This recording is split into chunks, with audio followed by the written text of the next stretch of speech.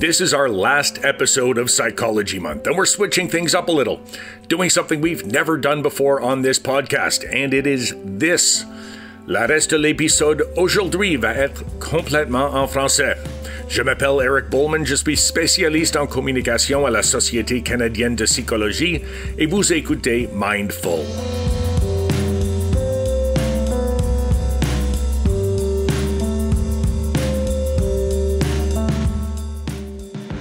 Aujourd'hui, nous allons vous présenter un balado en français lancé par deux étudiants à Montréal.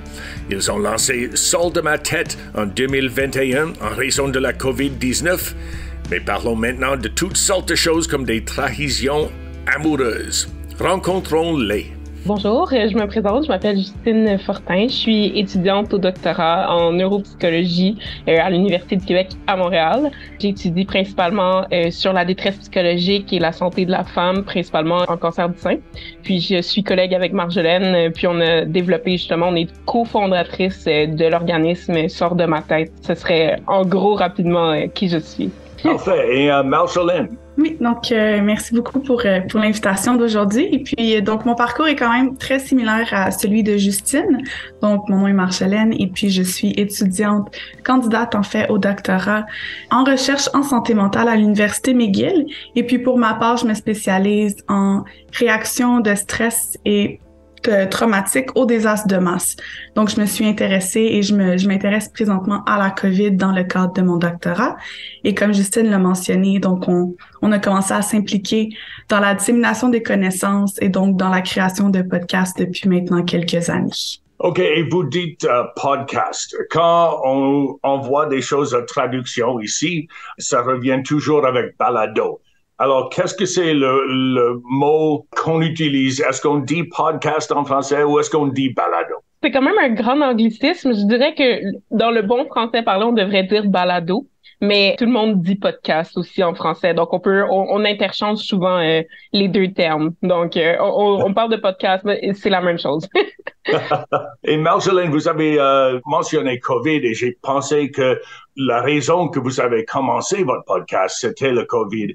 Vous êtes tous les deux à des différentes universités. Comment est-ce que vous avez connecté et commencé ce podcast? Qu'est-ce que c'était l'idée qui a créé ça, premièrement? Oui, donc en fait, on est de deux universités différentes, mais on est co-supervisés par le même superviseur, donc Alain Brunet. Et puis, dans le fond, nous sommes étudiantes les deux à l'Institut universitaire en santé mentale Douglas. Donc, on se connaissait. Ironiquement, on se connaissait, mais on se connaissait pas beaucoup avant le podcast. Donc, dans l'intérêt de ma recherche, on avait commencé à faire un projet sur la COVID, sur les réactions psychologiques. Et puis, Justine s'y intéressait. Là, on a commencé à collaborer ensemble sur ce projet. Et puis, en fait, on a vu un collègue nous avait amené, justement, Rémi Paré-Beauchemin, un appel à projet du FRQ, donc des fonds de recherche du Québec, qui cherchaient à faire de la promotion, à faire de la dissémination des connaissances pour les jeunes adultes, justement pour combattre un peu la désinformation. Et puis, donc, c'est là qu'on s'est dit, on va prendre les données qu'on a collectées pendant la COVID et qu'on collecte encore. On va les prendre et on va les mettre sous format de balado-diffusion pour vraiment s'assurer que tout le monde puisse avoir accès à ces informations-là parce que, bon, c'est pas facile de passer à travers un événement comme la COVID. Donc, ça apportait un peu un sens de normalité, mais aussi on voulait apporter un sens d'espoir que, bon, peut-être que ça va moins bien aujourd'hui, mais ça s'en va en quelque part où ça va aller mieux finalement. Et on parle beaucoup aujourd'hui à propos de la désinformation. C'est beaucoup différent maintenant que c'était quand la pandémie a commencé.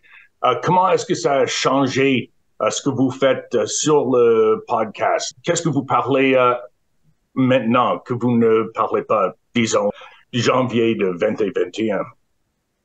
C'est sûr que nous, notre première saison de podcast, ça portait vraiment uniquement sur la pandémie. Donc, dans nos premiers 4 épisodes qui équivaut à notre saison 1, on se concentrait juste sur les différentes réactions psychologiques qu'on peut avoir face à la pandémie. Puis après, Marjolaine et moi, on a vraiment aimé cette expérience de dissémination des résultats. Donc, on s'est dit, on veut continuer à faire la promotion de la santé mentale, à déstigmatiser des différents sujets. Donc, on s'est dit, on va faire une saison 2 de notre plein gré. Et cette fois-ci, on était partenaire avec les fonds de recherche du Québec. Et là, on est allé vraiment plus large dans les thématiques en santé mentale, qu'on sait que notre public, vraiment les 18-35 ans, je dirais, sont intéressés à connaître. Donc, on a toujours le même objectif d'amener des données de la recherche, comme pour la saison 1. Mais là, on est dans des thématiques vraiment plus larges. Par exemple, on a eu un épisode sur les troubles alimentaires, sur l'anxiété de performance, donc autant au travail qu'à l'école. Donc, sur le mouvement MeToo, puis sur les trahisons amoureuses. Donc, c'est vraiment des choses qui viennent rejoindre tout le monde et qu'on a tous vécu. Donc, on va vraiment plus large maintenant pour la saison 2 et pour les prochaines saisons également. Puis c'est ça qui est intéressant, je m'excuse, c'est que avec cette liberté-là, on choisit vraiment aussi des sujets qui nous viennent nous chercher. Donc, tous les sujets qui ont été mentionnés par Justine au cours du 2e podcast, ben c'était parce que nous, on avait un intérêt à aller chercher la littérature là-dessus, à aller trouver des données, puis à être capable de l'expliquer justement aux autres, parce que ça nous permet aussi de s'assurer qu'on comprend bien ce qui se passe, puis qu'on l'intègre bien aussi pour notre avantage à nous aussi d'une certaine façon. Ça fait du sens et pour moi, c'est un peu plus facile, je pense. Je décide ce que je veux parler et ensuite, j'invite un expert et il peut me dire toutes les choses que j'ai besoin de savoir et je n'ai pas besoin de faire autant de recherches. Est-ce que c'est pour cette raison que vous faites 4 émissions par année? Ça vous donne beaucoup de temps pour faire la recherche avant de faire l'émission? Mais dans le fond, on a une façon de faire qui est similaire à la vôtre. Donc, ce qu'on fait, c'est oui, on va nous-mêmes chercher certaines informations, mais sur nos podcasts, sur nos balados, il y a toujours 4 personnes. Donc, il y a moi, Justine, et il y a un expert ou une experte qui va vraiment pouvoir approfondir le sujet. Et puis, il y a un invité souvent qui est connu de notre population, donc ce qu'on va appeler des créateurs de contenu, que eux, vraiment, leur rôle, c'est de s'assurer que que la discussion va bien, mais aussi que la discussion est faite dans un langage qui va être compris par tout le monde. Donc, cette personne-là est vraiment la personne qui s'assure que la vulgarisation du matériel est bien faite. Donc, la raison pour laquelle on en a 4, oui, en effet, on fait aussi nous-mêmes nos recherches parce qu'on veut, il faut avoir une bonne maîtrise du sujet pour bien relancer les personnes puis pour bien introduire aussi les différents concepts qu'on présente. Mais c'est aussi parce que, vous le voyez, j'imagine, vous aussi, avec ce que vous faites. Donc, c'est très, très long à produire. On est aux études à temps plein. Donc, quand on en fait 4, c'est vraiment, on investit un 3-4 mois avec beaucoup, beaucoup d'heures. Donc, comme ça, après, ça nous permet de retourner à tâches typiques, dont les tâches d'étudiante. Un des mots que j'ai entendu beaucoup dans les émissions que vous avez faites, c'est la vulgarisation. Et je ne comprends pas ce mot. Est-ce que vous pouvez m'expliquer ça veut dire quoi, la vulgarisation? Oui, dans le fond, on part de concepts vraiment dans le jargon de notre domaine. Donc, des concepts vraiment compliqués qu'on se comprend en tant que scientifique ou en tant qu'étudiant qui étudie, par exemple, sur le trouble de stress post-traumatique. On va parler en termes plus compliqués. Mais quelqu'un qui ne fait pas partie de la communauté scientifique va pas nécessairement comprendre quand on discute entre collègues. Et nous, l'objectif derrière la vulgarisation, c'est de partir d'un concept vraiment compliqué dans le jargon scientifique et de l'amener pour que quelqu'un qui a 18 ans, qui vient de sortir du secondaire ou que quelqu'un qui a jamais fait de recherche puisse comprendre les résultats de nos études. Donc, c'est vraiment la façon pour nous de diffuser vraiment les résultats d'études qui sont écrits sur format scientifique. Donc, pas beaucoup de monde comprenne. Même nous, des fois, on lit des articles scientifiques et on comprend rien. Et c'est de prendre ça et de le mâcher un peu pour que ce soit accessible à tout le monde. Donc, c'est vraiment ça notre objectif derrière le podcast. C'est vraiment de redonner à la population là, qui finance aussi un peu nos projets d'études et tout ça. Donc, d'aller leur diffuser un peu les résultats qui est dans un certain domaine, mais pour que ce soit compréhensible. Donc, c'est vraiment ça, la vulgarisation. Puis, on y va par différents canaux. Nous, on a choisi le podcast. On a choisi aussi notre page Instagram. Donc, c'est vraiment comme ça qu'on vient vulgariser des concepts, des résultats d'études qu'on pense qui pourraient être intéressants pour tout le monde parce que la santé mentale, ça concerne tous et toutes. Donc, c'est vraiment ça là, qu'on veut dire vulgarisation. C'est comme on dit en anglais, knowledge translation. Exact. Et oui, exactement. J'ai le même problème. Beaucoup de temps, je lis une étude et je ne peux pas le comprendre de tout. Alors, j'ai besoin d'amener un expert qui peut m'expliquer ce qu'il veut dire. Oui. C'est intéressant parce que le mot vulgariser n'existe pas en anglais. Donc, on y a pensé souvent parce que vulgariser, c'est vraiment un terme particulier. Donc, comme Justine l'a mentionné, qui veut dire de rendre accessible un jargon ou un certain langage à la population générale. Et puis, il y a pas de traduction en anglais pour ça. Donc, on s'est souvent demandé comment est-ce qu'on traduirait ça, mais il n'y en a pas. Il y a pas de traduction exacte. C'est vraiment un mot français qui est apparu relativement récemment dans ce mouvement de transfert de connaissances, justement. Vous avez fait ça pendant 2 années maintenant? Ou est-ce que vous êtes dans la 3e année pour le podcast? C'est une bonne question. Je pense que la première saison est sortie en 2021 et la deuxième saison en 2022. Et là, on entame les idées pour la 3e saison qui devrait sortir justement en 2023. Donc, ça fait 2 ans, mais 3 ans qu'on fait de la vulgarisation scientifique. Ouais. Et vous trouvez des créateurs de contenu, ce qu'on dirait en anglais, I guess, influencers. Exact. OK. Et comment est-ce que vous décidez c'est qui que vous allez amener sur le programme pour discuter avec un expert? Comment on trouve des créateurs de contenu? Ben en fait, d'habitude, je vais vous avouer, c'est Justine qui s'en occupe parce qu'elle est beaucoup plus présente sur les réseaux sociaux que moi. Donc souvent en fait, on va avoir une discussion. Premièrement, on identifie la thématique, on identifie les experts potentiels, puis ensuite ce qu'on fait, c'est qu'on génère une liste d'influenceurs. Donc c'est un mot aussi qui s'applique en français, c'est juste on s'est fait dire que créateur de contenu, c'était peut-être un peu plus, c'est un mot qu'ils appréciaient un peu plus. Donc, c'est pour ça qu'on utilise ce mot-là en particulier. Mais on fait une liste et puis on y va selon, donc cette liste-là est générée par le contenu justement qu'il partage. Est-ce qu'il parle activement et ouvertement de la santé mentale? Est-ce qu'il parle activement du sujet? Puis en fait, surtout, nous, c'est de voir est-ce que c'est des gens qui vont être ouverts ou qui vont vouloir discuter ouvertement de leur vécu puis de leur expérience. Parce que autant que qu'on les considère comme nos experts en vulgarisation, on veut aussi qu'ils puissent faire des parallèles avec leurs propres expériences puis leur propre vie pour justement que l'audience qui écoute nos podcasts puissent eux aussi connecter et faire des liens avec leurs propres expériences à eux. Donc, on y va vraiment selon ces critères-là. Et puis ensuite, c'est par disponibilité. Donc, on a notre liste de la personne qu'on met en numéro 1, qu'on voudrait vraiment avoir.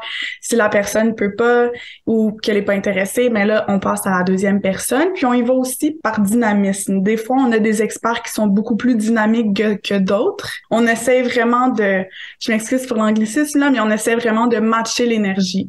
Donc ça, on trouve ça hyper important aussi parce que c'est l'énergie, c'est le dynamisme qui va leader le podcast. Donc, j'ajouterais peut-être, on regarde aussi la portée que ces gens ont, parce que c'est sûr que nous, on n'est pas connus des gens de 18 à 35 ans, donc quelqu'un qui a beaucoup d'abonnés, qui a un gros following, encore une fois un anglicisme, ça nous aide parce que notre but, en fait, c'est de rejoindre le plus de gens pour sensibiliser le plus de gens possible. Donc, quelqu'un qui a une grosse plateforme, pour nous, ça veut dire qu'il y a plus de chances que l'épisode soit écouté, puis soit entendu, puis que le message soit transmis à notre population cible. Donc, on regarde ça aussi quand on sélectionne. Et vous avez décidé de faire des vidéos en même temps que le podcast audio. Qu'est-ce qui était la raison que vous avez fait des vidéos avec les personnes qui viennent pour vous parler? Apparemment, c'est parce qu'on n'est pas assez occupé. Donc, en fait, je dirais que la plus grande raison qui nous a incité à poursuivre puis à faire des vidéos, c'est les raisons qu'on a énumérées par rapport à la sélection des thèmes de notre 2e saison. C'est vraiment par intérêt personnel. Donc, par exemple, la vidéo la plus récente qu'on a fait, et notre première d'ailleurs, c'était sur les femmes en recherche pour justement la Journée internationale des femmes et des filles de sciences. Et puis, en fait, nous, c'est que on a fait une maîtrise puis on est maintenant à la moitié de nos doctorats environ. Donc, ça fait 5 ans qu'on est en recherche. Et puis, des fois, je pense qu'on s'est retrouvés à avoir beaucoup de discussions entre nous, avec des collègues, où est-ce qu'on se disait, on sait pas trop où est-ce qu'on se pose en tant que femme. Donc, ça génère des discussions, ça génère des questionnements. Et c'est vraiment ce genre de questionnement-là qui fait en sorte qu'on se dit, OK, on est assez à se poser des questions. Je pense que ça vaudrait la peine de faire quelque chose là-dessus, de faire une vidéo.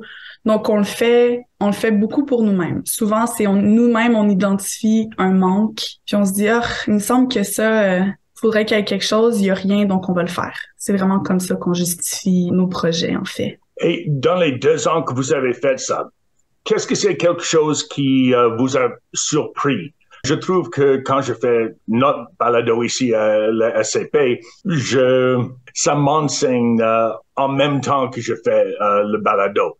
Il y a beaucoup de choses que j'ai appris au cours de les 3 dernières années. Qu'est-ce que c'est quelque chose que vous avez appris en faire votre podcast? Oh mon Dieu, on a tout appris, je dirais. Premièrement, on faisait pas de vulgarisation avant. Nous, on est habitué avec la vieille façon de penser que en recherche, on fait des articles scientifiques, on fait des congrès, donc on reste vraiment dans notre cercle clos, restreint de chercheurs. Et c'était notre première opportunité d'aller vers la population puis de leur montrer, ce qu'on fait, il y a une façon que vous puissiez y avoir accès aussi. Donc ça a été un gros apprentissage pour nous aussi de faire de la vulgarisation juste à la base puis d'être dans les premières générations aussi de personnes qui font de la vulgarisation. Même au niveau du podcast, nous, on n'est pas technicienne, on n'a pas de cours en programmation, on sait pas comment faire du montage non plus. Donc, c'est vraiment, on a dû apprendre ça. Moi, personnellement, j'étais pas sur Instagram depuis tant longtemps que ça. Donc, c'est une nouvelle plateforme qu'on doit apprendre puis qu'on veut utiliser aussi intelligemment. Donc, c'est de savoir qu'est-ce qui vaut la peine d'être publié. Est-ce qu'on rentre dans les trends? Est-ce qu'on rentre pas dans les trends? On veut garder notre image aussi à travers tout ça. Même les équipes, comment faire confiance aux gens dans lesquels on s'entoure dans des projets. Donc, on a appris à la dure comment bien s'entourer. Mais ça, c'est aussi un apprentissage qu'on a fait. Puis maintenant, aujourd'hui, quand on rentre dans un nouveau projet, on sait quoi faire, on sait quoi aller chercher chez des personnes que on sait que le projet va se mener à terme. Donc, on a vraiment eu des apprentissages à plusieurs niveaux. Là, je sais pas si Marjo, t'as peut-être d'autres trucs aussi qu'on peut ajouter. En fait, moi, je dirais que ce qui m'a le plus marqué, autre que ce que Justine vient de mentionner, c'est vraiment, en fait, nous, notre public cible, notre audience, c'est principalement des Québécois, des jeunes Québécois parce qu'on parle français puis on est au Canada. Ça peut être des Franco-Ontariens aussi, mais je pense pas qu'ils se soient manifestés dans notre audience. On a des Français de France. Des Français de France aussi. Mais je vous dirais que ce qui m'a vraiment touchée, puis ce que j'ai découvert, ce que j'ai appris, c'est vraiment que notre audience, donc québécois, mais je suis à peu près certaine que ça s'applique au reste du Canada aussi, c'est vraiment que c'est une population curieuse, puis qui est ouverte à apprendre, puis en savoir plus sur ce qu'on fait, sur la science. Donc, c'est vraiment juste une façon de trouver les canaux appropriés pour leur apporter ça. Donc ça a vraiment été quelque chose qui a fait chaud au cœur de voir que il y a un intérêt, que les gens veulent apprendre puis qu'ils sont ouverts à ça. Parce que c'est ça aussi qui faisait peur pendant la COVID, pendant la pandémie, c'était de voir les scientifiques qui étaient à la télévision puis qui se faisaient pitcher des roches parce qu'il y avait tellement de choses qui se passaient, tu sais, on n'aimait pas toujours ce qu'on se faisait dire. Mais donc, de voir cette réceptivité-là, c'était vraiment quelque chose de puissant de mon côté. Donc, j'ai vraiment apprécié ça. Et puis, donc, tout ce qui est côté technique, évidemment, donc, mais surtout d'apprendre l'importance de la diffusion. Donc, t'as beau avoir du matériel de feu, avoir du contenu super qui pourrait, tu sais, qui mind blown, mais si t'as pas une bonne diffusion, une bonne stratégie de diffusion, ton contenu, il fait pas grand-chose. Donc, ça aussi, ça a été des fois une claque d'en face, mais on apprend. Oui, on apprend toujours. Pour nous, vous avez dit que votre audience est primairement au Québec et aussi à France. Pour nous, c'est le Canada. Évidemment, c'est le premier pays. Mais après ça, le troisième, c'est Columbus, Ohio. Je ne sais pas pourquoi.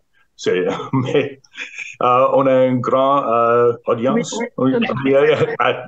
à Columbus, Ohio. Alors, bonjour, Columbus. Il y a beaucoup de personnes qui vont écouter ça. Peut-être on peut vous mentionner. D'ailleurs, au Canada, si des personnes voulaient commencer à écouter Sol dans ma tête, quelle émission est-ce qu'ils devraient commencer par écouter? J'aime bien cette question parce que moi, je dirais pas de commencer au 1, juste parce que comme Marjo disait tout à l'heure, il y a le matching energy dans les invités est différent sur chaque épisode. Je dirais que mon épisode préféré, j'en ai peut-être 2 là, que je suggérais. Je suggérais l'épisode 8, le dernier qu'on a eu sur les trahisons amoureuses. On a vraiment eu beaucoup de fun. On a ri. On parle de nos expériences en tant que femmes qui ont vécu des trahisons amoureuses. Nos expériences du passé. On parle de nos crushs de jeunesse. C'est vraiment drôle. Donc ça, c'est vraiment léger. même si le sujet est quand même un peu triste, là. Puis, sinon, l'épisode 2, que je trouve que c'est super bon parce que ça porte sur le stress et l'anxiété. On fait vraiment une bonne distinction entre les deux concepts. Donc, le stress et l'anxiété, c'est pas la même chose, mais comment les distinguer. Puis, c'est sûr que là, c'est encore sur la thématique de la pandémie. Donc, si les gens sont tannés d'en entendre parler, peut-être aller à l'épisode 8. Mais l'épisode 2, je le trouve bon aussi parce que la chercheure et l'influenceur qu'on avait, leur énergie était incroyable. Puis ils parlent de leur expérience avec le stress en temps de pandémie, mais comment aussi ça peut s'appliquer même dans des contextes hors pandémie. Donc moi, ce serait mes deux, mais peut-être Marjo a son petit préféré à elle, qui est pas le même. Oui, honnêtement, ça dépend des champs d'intérêt. Moi, j'irais directement avec le 4. Donc, le 4e de la première saison, on a parlé des réseaux sociaux, de l'utilisation des réseaux sociaux en temps de pandémie. Puis, ce qui est intéressant, c'est que malgré que ça s'applique à la pandémie, des gens qui écoutent des podcasts, souvent, c'est des gens qui vont être intéressés aux réseaux sociaux puis à leur impact. Donc, je conseillerais d'écouter celui-là parce qu'on a vraiment discuté avec des gens incroyables aussi, qui étaient peut-être un petit peu plus tranquilles que le duo du 2e épisode que Justine parlait. Mais aussi un super bon dynamisme, des thématiques vraiment intéressantes de tout ce qui s'est passé, tout ce qui a cogité pendant les médias sociaux, pendant la pandémie sur les réseaux sociaux, mais qui apporte aussi quelque chose de très important puis un peu la puce à l'oreille, mais dans un contexte désastre de masse, qui malheureusement, on n'en est pas sorti, là. On a des désastres plusieurs fois par année maintenant. Je pense que le tremblement de terre, c'est juste un autre exemple qui malheureusement va continuer à se répéter. Mais dans des contextes comme ça, les réseaux sociaux deviennent vraiment comme un environnement où est-ce que ça bouge beaucoup puis il y a beaucoup de choses qui se passent. Donc, je trouve que celui-là particulièrement était très, très, très intéressant, mais aussi encore une application qui va continuer à être utile puis qui va continuer à être relevant dans le contexte moderne et actuel. Je pense que c'est toujours le cas, right? On a toujours des événements mondiaux ou même provinciaux qui sont vraiment tristes. Le tremblement de terre, la tragédie à Laval. Récemment, il y a toujours des besoins des réseaux sociaux et c'est bon. Sol de ma tête. En fait, l'opposé que le titre de notre balado, Mindful. Pour nous, c'est à propos de remplir le cerveau. Pour vous, c'est je sais pas le mot pour oui. Oui. Alors, Sol de ma tête, comment avez-vous décidé que c'était le titre que vous voulez pour votre podcast? Je suis vraiment I'm a sucker for titles. Des fois, ils sont appropriés, des fois, ils sont pas appropriés. Celui-là était juste approprié à ce moment-là. Juste pour vous donner un exemple cocasse en année, donc j'ai travaillé sur les inondations, puis j'ai voulu appeler mon article Flip Flop Here Comes Trauma jusqu'à ce qu'on me dise Marjo, c'est pas approprié. J'ai fait OK, je vais me calmer. À ce moment-là, c'était vraiment donc parce que le but c'est de normaliser certaines réactions à la pandémie. Donc, le but est vraiment d'alléger. Donc, nous, on voyait ça un peu comme un événement stressant comme la pandémie, comme la COVID. Ça nous remplit la tête, ça devient trop, c'est vraiment une surcharge dans la tête. Donc, on voulait vraiment alléger ça en disant c'est normal, c'est des réactions qui arrivent, c'est des réactions que plusieurs personnes vivent. Voici des trucs qui ont fonctionné pour certaines personnes en espérant que ça fonctionne pour vous. Donc, c'est vraiment l'image un peu qu'on avait, c'était comme imaginer que comme la tête est vraiment remplie puis c'est lourd puis on sait plus comment gérer ça. Puis là, c'est de permettre, de trouver des façons de permettre à ce que ça s'évade un peu pour que ça soit plus léger. Nous, c'était vraiment ça. Non, c'est parfait. Je comprends ça. Il y a aussi chansons fameuses. Sol de ma tête, je pense. Non? Oui, mais quand je cherchais justement notre nom, je sais que la chanson sort avant ça, notre page sort de ma tête. Donc c'est là que j'ai été surprise de savoir, OK, ça existe déjà, il y a déjà une chanson en français là que c'est sort de ma tête. Donc on l'a pas pris comme chanson de podcast, on a choisi une autre chanson qui dit Can't Get You Out of My Head, qui est quand même intéressant aussi. C'est vraiment cher d'avoir une chanson que quelqu'un a créée pour votre podcast, right?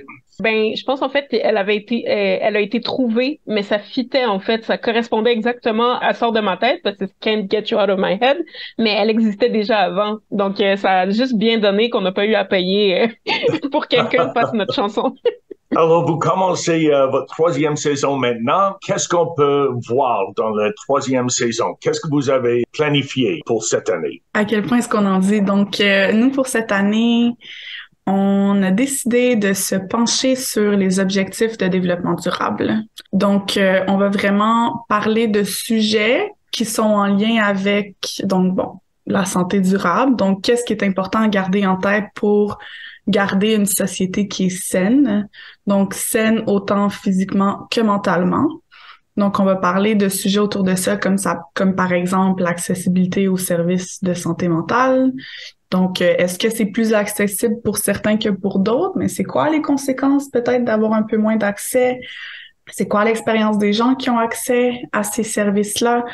On va parler aussi de changement climatique parce que, bon, on peut plus vraiment les dénier, surtout avec un beau +2 à Montréal qu'en mi-février, d'habitude, il fait -20. Donc, c'est vraiment notre objectif pour la prochaine saison, ça va être d'outiller et d'informer sur justement les objectifs de développement durable, comment s'assurer que notre société demeure en santé dans le futur. Oui, on le voit ici aussi à Ottawa, le changement climatique. Notre canal, qui est un patinoire, la plupart du temps, dans l'hiver, n'est pas ouvert de tout cette année et ça ne va pas ouvrir pour la première fois en des dizaines d'années. Je sais pas, la dernière année que ce n'est pas ouvert. Alors, oui, c'est quelque chose qu'on veut parler avec des psychologues. Le changement climatique, ce que nous, on fait pour éviter le désastre. Justine, qu'est-ce que vous allez-vous parler au sujet du changement climatique et qu'est-ce que vous allez discuter? C'est sûr qu'on a on a fait un peu comme d'habitude, on met un choix 1, choix 2, choix 3, donc on n'a pas encore contacté ces personnes-là, donc j'ose pas de jinx, puis comme manquer la chance qu'on ait notre choix 1. Par contre, je sais qu'on va parler beaucoup d'éco-anxiété parce que c'est quelque chose qui revient beaucoup.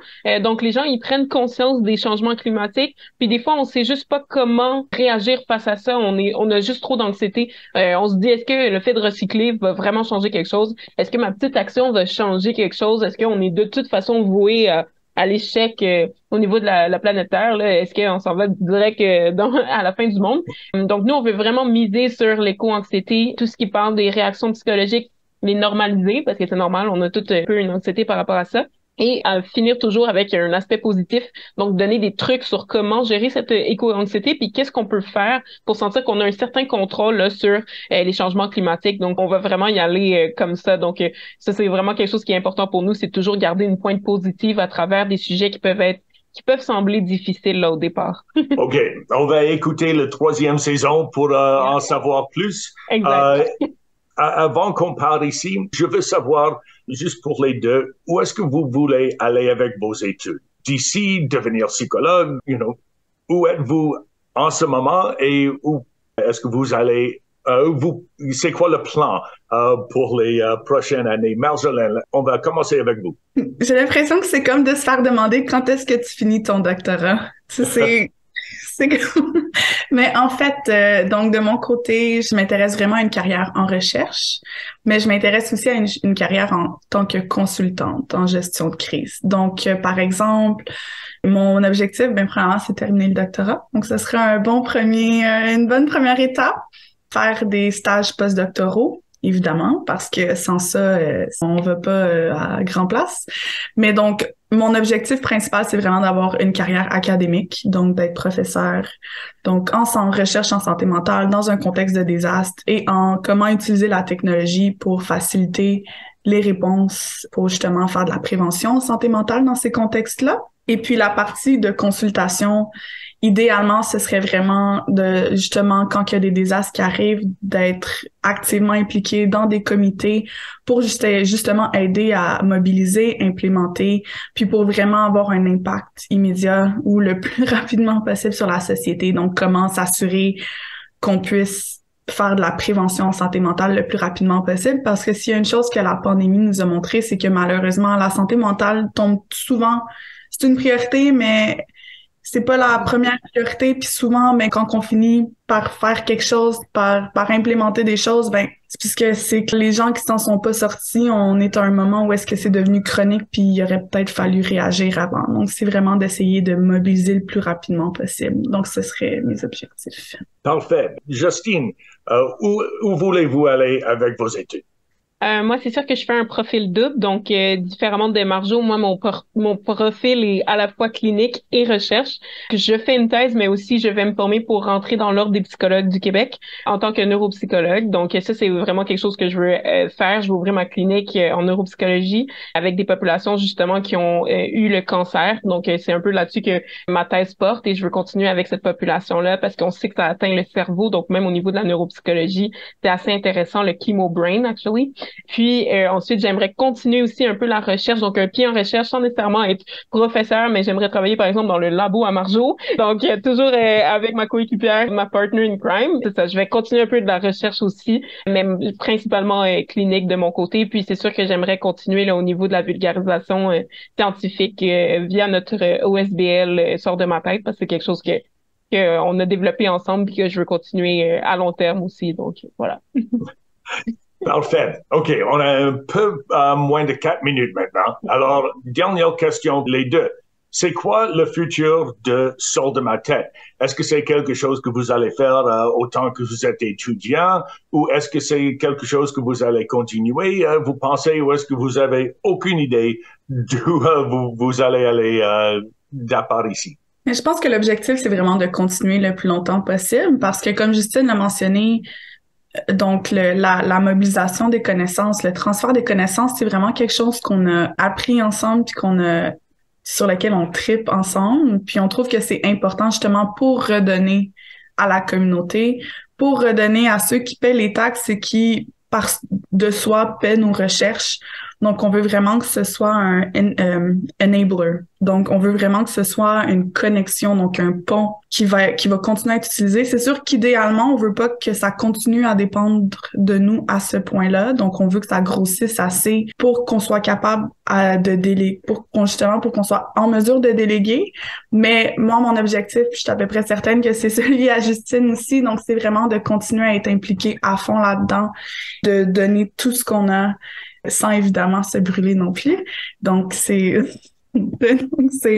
l'objectif, c'est une continuité jusqu'à un moment indéterminé. Oui, plusieurs gros projets qui s'en viennent, donc pas juste le podcast. Donc, ceux qui sont intéressés aussi par notre podcast, on a aussi notre page Instagram, on va ouvrir bientôt TikTok. On va avoir des vidéos où est-ce qu'on va vulgariser des concepts. Donc, on essaie d'ouvrir le plus de voies de communication possible pour aller rejoindre différents types de populations aussi par rapport à la santé mentale. Donc, on a plusieurs projets en tête là, qui s'en viennent. À chaque année, on a une liste là, de projets qu'on veut cocher pour vous. Donc, plus que le podcast. Vulgarisation et la mobilisation des connaissances, c'est pas une habilité que beaucoup de personnes ont. Alors, pour apprendre ça maintenant, il y a un futur très grand pour les deux. Merci beaucoup à Marjolaine Rivet-Beauregard et Justine Fortin pour me joindre aujourd'hui. Vous trouverez des liens vers le balado ou podcast Sort de ma tête dans les notes d'émission d'aujourd'hui. Merci beaucoup à Justine Fortin et Marjolaine Rivet-Beauregard pour m'avoir joint sur le programme. Next week, we're back to our regularly scheduled English programming. Merci de m'avoir écouté tout au long du processus. Comme toujours, Mindful est animé, écrit et publié par moi, Eric Bowman, Jamie Montgomery, et notre éditeur et producteur, et notre musique et avenues de David Taylor.